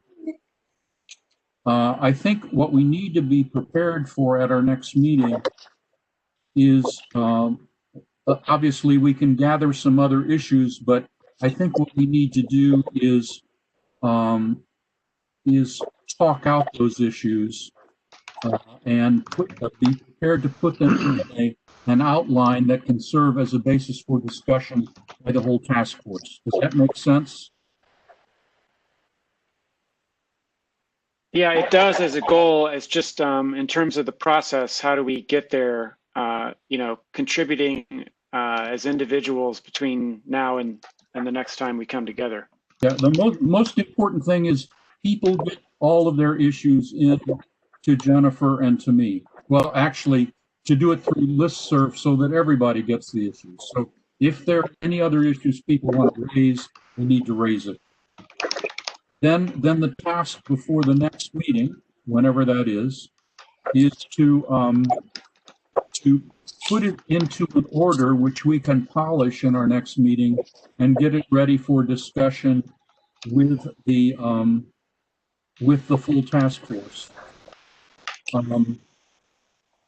And let me ask you this: do you think we need? So Jennifer's done the only rational thing possible to give brief topic statements. Do we need, for discussion with the task force, a fuller explanation of those brief topic statements? Or can we go with the brief topic statements?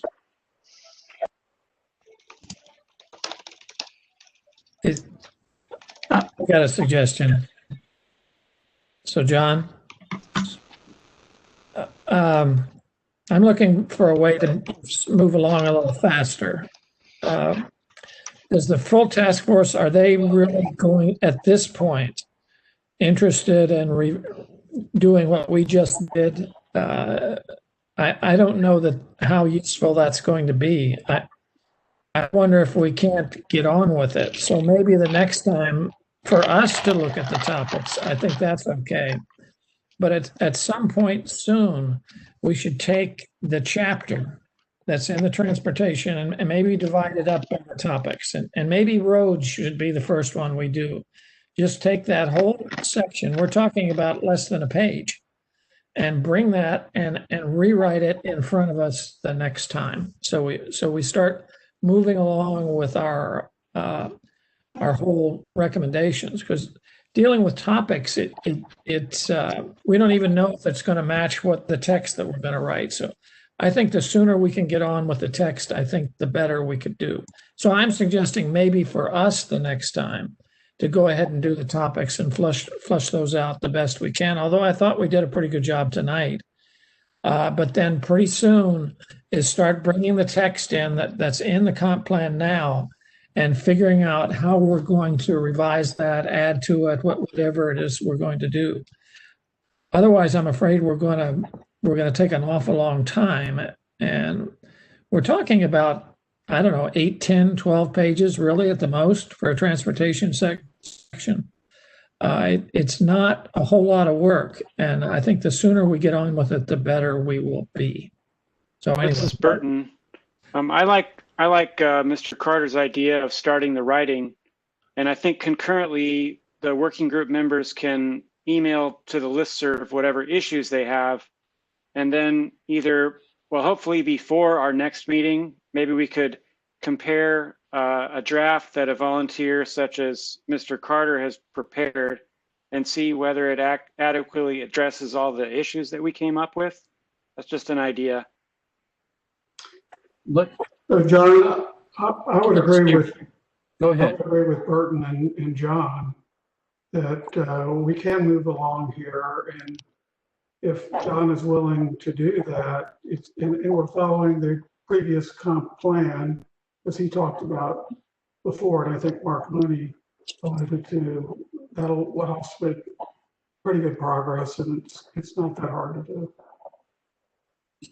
Again, what I'm suggesting is come back one more time with the principles written that addresses the comments as best we can. That's going to be a difficult job. And then look at the outline and add or subtract to make that work for us. And then pretty soon, doesn't have to be next time, pretty soon start bringing in the sections from the comp plan one by one with notions of how we would rewrite it. And I suspect we can almost rewrite it in front of it if we do just section by section, because they aren't that long. Many of them are less than a page. Are you proposing that we assign Jennifer as our scribe? Well, I assume that the people that wrote the principles are going to think about that a little bit and come back with that. So Jennifer doesn't have to do any work. It'll be in front of us. And then Jennifer can be the scribe. And then the topic outline is, I think we can handle it in front of everybody. I think that makes a lot of sense. Bring their thoughts to it. I like the idea of the real-time collaboration. Yeah. Let me express one concern. And I believe the sooner we begin writing, the better. But I have a concern that we begin writing without at least sharing with the full task force in a formal way. They're all getting copies of this anyway. I'm not sure they're reading what they're getting, and it's not been in a polished enough form that they would probably want to invest their time in it. But once we get a pretty polished outline and a pretty polished sense of principles, I would like to share that in some manner with the full task force, so that before we begin writing, they tell us, no, you got that, you missed this one, or this is all wrong. I do not want to presume that the task force will simply accept what we have. I want to show them the respect of allowing them to react to our outline, whether that's in a meeting of the task force or outside a meeting of the task force. I think we need to do that step. So I think you're right, John. I think that's right. But I don't think we have to take them through it like we went through it tonight. We could give it to them ahead of time and then go over it in brief, the principles plus the outline. Okay. But not dwell on it too much, and give them some time so they can bring their ideas to the meeting, and we can be very efficient, because we got a lot of other topics to talk about at these meetings. Okay. So I think, does anybody have a problem with that idea? And maybe your timing is right, John. We do that first before we start the actual writing part. This is Bill. I mean, I think it makes sense, and I was thrilled that Burton volunteered John to do the writing. That was a brilliant move, a lot of Johns. and I accept for him.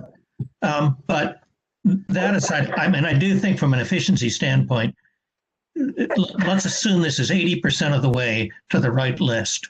And some things are going to come out, some things will be debated and removed or changed.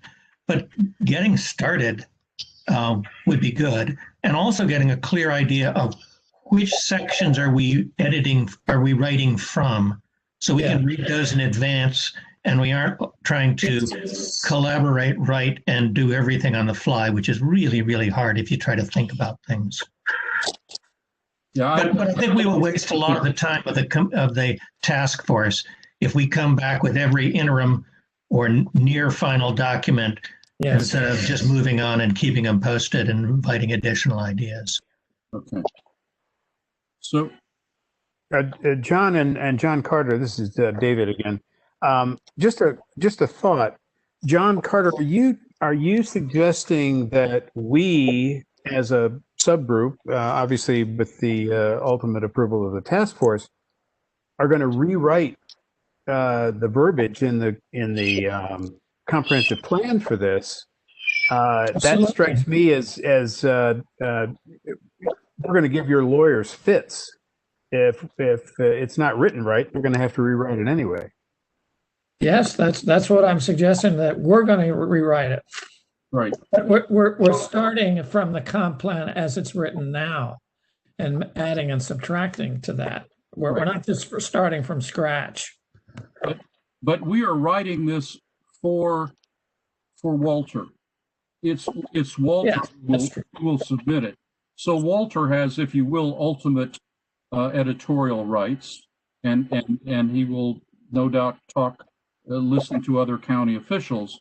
But I think he is very desirous that we come up with his final draft.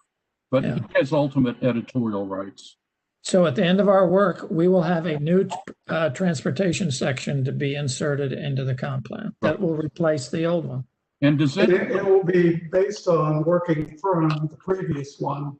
Right. Organized the way John did it. Right. We won't be starting from scratch. Right. And I think you'll find it's not too difficult. I think you'll find that. Right. Does anyone disagree with the suggestion that John Carter made early on, and that is that we have not two community-wide and TSA-wide, but one transportation? So does everyone agree with that? Yes. I'm not sure I understand it, but if John says it, it's probably a good idea. Okay, does anyone disagree Some with of it? So John, some of this is going to be in the doing. So as we move through this, we're going to have to see whether that construct works. Okay. I think it should, but we're just going to have to try it and see. What the more I've thought about it, what appeals to me about it is not just economy of space and words, but it forces us to relate two accounts of transportation which were done in isolation from each other. Yes. TSA Reston and non-TSA Reston, and part of the problems we're experiencing is that they were glued together rather than integrated at the adoption of phase 2. Yes, and they were done at a different time with different transportation constraints. Okay. I think this is more reflective of a one Reston philosophy. Yep. So let me try to summarize to make sure I've captured it. So we will have one more meeting and we will try to polish an outline. We will present that outline to the full committee for a brief discussion, not a far-reaching discussion such as we've had, but allow them to have time to read it, think about it, and tell us anything they see missing or so forth. And then we will begin immediately starting to write. Is that have I understood correctly to everyone's understanding? That works for me. I was just trying to reach an understanding of what our responsibilities are as individuals over the next period of time.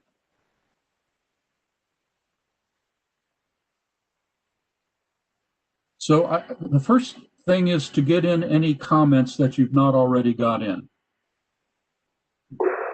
The second, frankly, the second will be when we show up at the next meeting and come prepared to discuss what we hope to be the polished outline. And then the third responsibility of the individual members of this task group, as I see it, is or working group, is to give timely feedback as the actual text gets rewritten. So I see those 4 steps: input now, prepared to do conversation at our next meeting, and thirdly, be prepared to do timely reviews and feedback when we actually begin the composition process. That makes sense? On the first one that you mentioned, will we be getting the outline before it's sent to the main task force so we can see if everything that we want to be in the outline and in the principles did get in? Indeed, Jan, that's what we will do at our next meeting. Okay, great. Thank you. Yep. But you're going to send that out before the next meeting, right, John? Yeah. Say that again, Gary, please. You're going to send that out before the next meeting, so yes, we're all looking at it before the meeting. Going back to what Burton says, that'll give us a chance to review, so we're more effective at the next meeting. Absolutely. Try to John, present. I move that we accept the course of action that you just outlined. Okay. Is there a second? Second. Okay. Anybody opposed? Thank you all. Thank you. I have something I'd like to add to the outline under roads. Okay. Actually, it's under parking. And what that is to add free quick stop parking places. So people could dash in, grab something, and dash out. Not go shop. And it should be time, could even be 10 minutes instead of that. But free quick stop parking would be, we already have it. It's wonderful. I think we should put it in. Jan, I think that is the short-term parking, right? Yes, it is. To call it quick stop. Well, it's in front of, like, what I did was in front of my hairdressers, where everything has. I remember seeing that email, and that's what this one was in reference to. I can reference it as quick stop as well. Oh, you know what it is, then good. Yes, from your email to the listserv last week, maybe. Yeah. Yeah, okay, good. Or this one came from. I think. Okay. So let's thank you all for that. So we've decided on 6A. Now we need to talk about the date. So as I said, our previously tentatively scheduled January 5th meeting does not work because of commitments from Walter and his staff. So the dates in that week that would be available, if indeed we want to try to get this to the task force by the 11th, would be Monday, January 4th, Wednesday, January 6th, Thursday, January 7th, or Friday, January 8th. But frankly, the 8th is too short of a time frame to be prepared for the 11th. So basically, we're probably talking the 4th or the 6th, Monday or Wednesday. I could do the 4th, but not the 6th. Okay. I could do the 6th, but not the 4th. Oh, no! Ah! How about I think the 4th is too. What about the 7th? After the 4th, you know, it's the 4th. Thursday? What's that? What about the 7th? I may have a meeting then. Let me see here. Oh, I may have a Reston Association meeting. Well, that's important. Yep. John, I think the 4th is, people may still be traveling if they're traveling for the holidays, so maybe the 6th would be the best option. Okay. Gary, you can't do the 6th, is that correct? I can, but Jan can't do the 6th. Jan can't do the 6th. Jen may not be able to do the 6th. Jen will try to do the 6th, but she may be working on that day. Okay. So is there anyone who knows they can't do the 6th? Okay. I'm a pretty doubtful. We'll see. You're doubtful that you can or cannot be there on the 6th. It's a huge maybe. It's what? It's a big maybe. A big maybe. Do you have a problem with our scheduling then? And you and I could coordinate before the meeting and after meeting for you to give input that I would relay? Okay, we could do that if I cannot make the meeting.